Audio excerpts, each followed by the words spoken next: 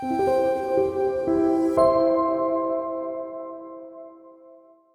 여러분 안녕하십니까. 채널 열어드림의 심코치입니다. 아이의 문제 행동 바로잡기 세 번째 시간입니다. 네, 오늘은 문제를 해결하기 위해서 아이하고 소통을 시작하는 방법, 그리고 주의할 것들에 대해서 생각해 보도록 하겠습니다.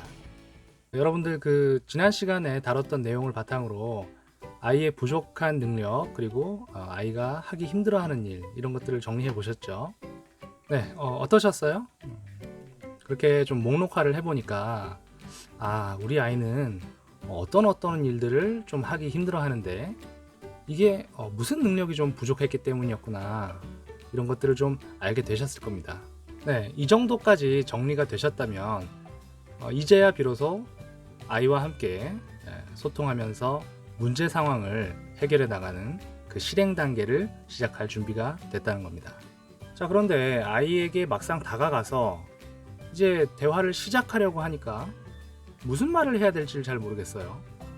사실 이 영상을 보시는 그 부모님들이 아이하고 같이 어떤 문제 상황을 해결해 보려고 대화 시도를 안 해보진 않았을 겁니다. 개똥아, 너는 왜 밥 먹을 때랑 유치원에서 미술 활동할 때 가만히 앉아있지를 못하고 계속 왔다 갔다 하는 거야? 최대한 부드러운 말투로 이렇게 접근을 하려고 해도 번번이 실패를 하죠. 그리고 이렇게 다가갔을 때 아이들이 회피 반응을 하는 경우도 많았을 겁니다. 쪼르르 달려가서 자리를 피하거나, 아니면 엄마 싫어 아빠 싫어 하면서 울거나 소리를 치기도 하고. 자, 그럼 어떻게 말을 하고 뭘 조심해야 되나? 네, 첫 번째입니다. 추궁과 비난을 하지 않는다. 네, 소통을 시도한다면서 오히려 아이들의 회피를 유발하는 그런 말들로, 아까와 같은 그런 말들로 포문을 여는 경우가 많이 있어요. 넌 왜 밥 먹을 때랑 미술 활동할 때 왔다 갔다 하면서 가만히 못 있냐? 자, 이거 추궁하는 거죠. 넌 왜 하면서 이유와 원인을 묻고 있습니다. 애들이 지가 왜 그런지 아나요. 알면 자기가 스스로 고치겠죠. 네, 문제 행동이라는 거는 자기가 스스로 해결하기 힘든 그런 상황에 놓였을 때 그 힘든 감정들이 어떤 행동으로 터져 나오는 것들이기 때문에 이 왜라는 의문사에 아이들은 적절하게 대답을 할 수가 없습니다.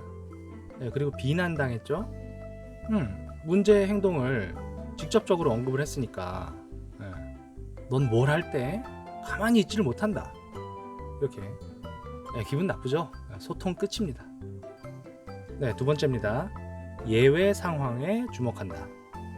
산만한 개똥이지만 블록을 가지고 놀 때는 잘해요. 아무리 산만한 아이도 얘가 가만히 집중하는 그런 어떤 일이 있을 거 아닙니까? 그런 것들을 주의 깊게 관찰을 하는 겁니다. 긍정적이고 애정어린 그런 마음과 시각으로 잘 관찰해 주세요. 셋째, 잘하는 것을 언급해 준다. 아이고, 개똥이가 블록하면서 집중하고 있네, 집중하고 있구나, 이렇게 아이의 긍정적인 행동에 주목을 해서 그걸 말로 이렇게 표현해주는 그런 걸 자주 하다 보면 이 아이 스스로나 가족 구성원들이 인식이 조금 변하겠죠. 이를테면 나는, 우리 아이는 어떤 일을 잘 안 하고 잘 못해서 항상 우리 집안에 나쁜 결과를 가져온다, 이런 인식에서 나는, 우리 아이는 어떤 일들은 잘하는 것이 있다, 이런 방향으로 전환이 이루어지겠죠. 네, 이런 일들을 자주 해줘서 문제 해결을 위한 그런 편안한 분위기, 그런 토대를 마련을 해주는 겁니다. 네, 그런데 신경 써야 될 점이 좀 있네요. 네, 너무 과도하게 말하지 말라는 거죠. 과도한 칭찬 같은 걸 좀 삼가고, 그리고 최대한 사실만을 간결하게 그렇게 말을 해줘야 된다는 겁니다. 아유, 우리 개똥이 블록하면서 움직이지도 않고 한자리에서 이렇게 집중하면서 잘하고 있네. 앞으로도 이거 계속 이런 거 연습하면은 밥 먹는 거, 그리고 미술 활동 같은 것도 잘 할 수 있겠네. 네, 피곤합니다. 그리고 저 말처럼 어떤 부모의 기대라든지 부모가 생각하는 해결 방안, 이런 것들이 들어갈 가능성도 많겠죠. 네 번째입니다. 아이의 생각과 의향을 듣는다. 분위기 형성도 잘 됐고 이제 타이밍도 아주 적절합니다. 이렇게 보니까 뭔가를 잘 하고 있어요. 자, 이렇게 됐다면 어떤 문제 상황을 슬쩍 표면화해야겠죠. 이렇게 말해보는 겁니다. 블록할 때는 집중을 잘하네. 밥 먹을 때는 좀 힘들어하는 것 같던데 엄마가 아빠가 도와줄 수 있는 게 있을까? 우리 말똥이 아까 보니까 형아랑 잘 놀더라. 가끔 보면 형아랑 싸우거나 때릴 때도 있던데 어떻게 하면 안 그럴 수 있을까? 네, 마지막 5째입니다. 기다려라.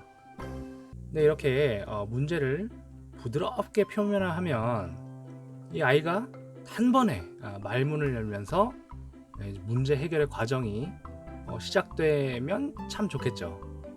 네, 절대 그렇지가 않습니다. 회피를 하거나 말을 자르거나 짜증, 신경질, 화냄 이런 반응들이 나올 수가 있어요. 문제하고 관련된 아이의 그 첫마디, 그 한마디를 얻어내기도 결코 쉽지가 않습니다. 예, 생각해 보세요. 얘가 얼마나 힘들었겠어요, 그동안 이 문제 때문에.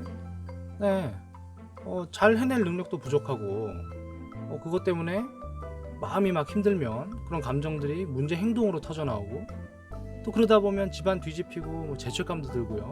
이렇게 말하고 싶지도 않고 생각하고 싶지도 않은 그런 아픔들이 아이 마음속에는 많이 쌓여 있다는 겁니다. 네, 좀 기다리세요.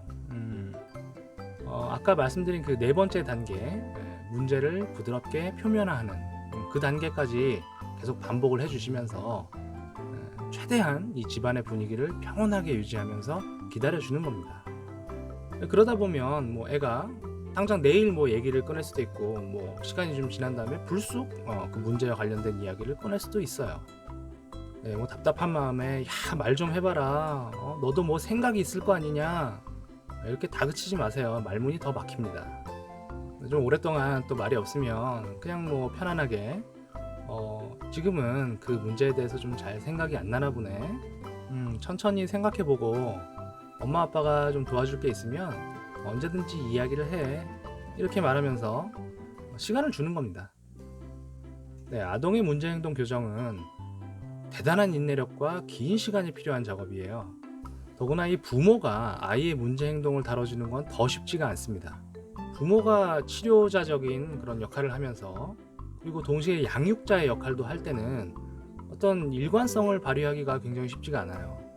아이의 입장에서는 그런 부모의 일관적이지 않은 그런 태도, 양육자와 치료자를 오가면서 이렇게 일관적이지 않은 태도를 보이거나 그 다음에 갑자기 돌변하는 행동 이런 것들을 보게 되면 굉장히 혼란을 겪을 가능성도 높습니다. 네, 그래도 할 수 있습니다. 네. 네, 그럼 오늘의 내용을 간단히 정리해 보겠습니다. 첫 번째, 문제 행동과 관련한 추궁과 비난을 하지 않는다. 두 번째, 문제 행동을 하지 않는 그 예외 상황을 주목하고 관찰한다. 세 번째, 아이가 잘하는 것을 자주 언급해준다. 네, 이때는 아까 말씀드린 대로 어떤 부모의 기대 또는 부모가 생각하는 그런 해결 방안을 포함하지 않고 간결하게 말을 해줘야겠죠. 그리고 네 번째입니다. 문제를 부드럽게 표면화해서 아이의 생각과 의향을 듣는다. 마지막 5번째는 아이가 문제와 관련한 이야기를 할 때까지 기다린다. 네, 다음 시간부터는 아이가 문제하고 관련된 어떤 말을 꺼냈을 때 이제 본격적으로 아이하고 생각 그리고 감정을 나누는 그런 소통의 기술들을 하나씩 알아보도록 하겠습니다. 네, 끝으로 아이의 문제 행동 개선을 돕는 우리 부모의 마음가짐, 그 마음가짐을 가슴속에 깊이 새기는 시간을 한번 가져보도록 하겠습니다. 네, 지금부터 제가 하는 말을 따라하세요. 그리고 제 말 속에 아이라는 단어는 여러분 자녀의 이름으로 바꾸어서 따라합니다. 네, 준비되셨나요? 시작하겠습니다. 나는 우리 아이의 마음을 더 이상 아프게 하지 않겠다. 나는 아이의 좋은 모습을 더 많이 발견하겠다.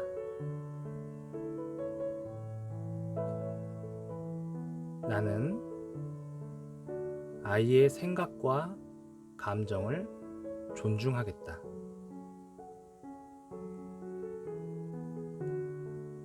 나는 아이를 기다려주겠다.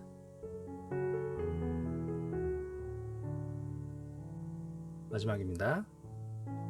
나는 아이를 사랑한다.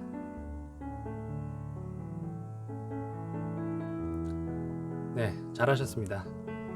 지금까지 한 말들을 가슴속에 더 깊이 새기시고 저희는 다음 시간에 다시 만나겠습니다. 감사합니다.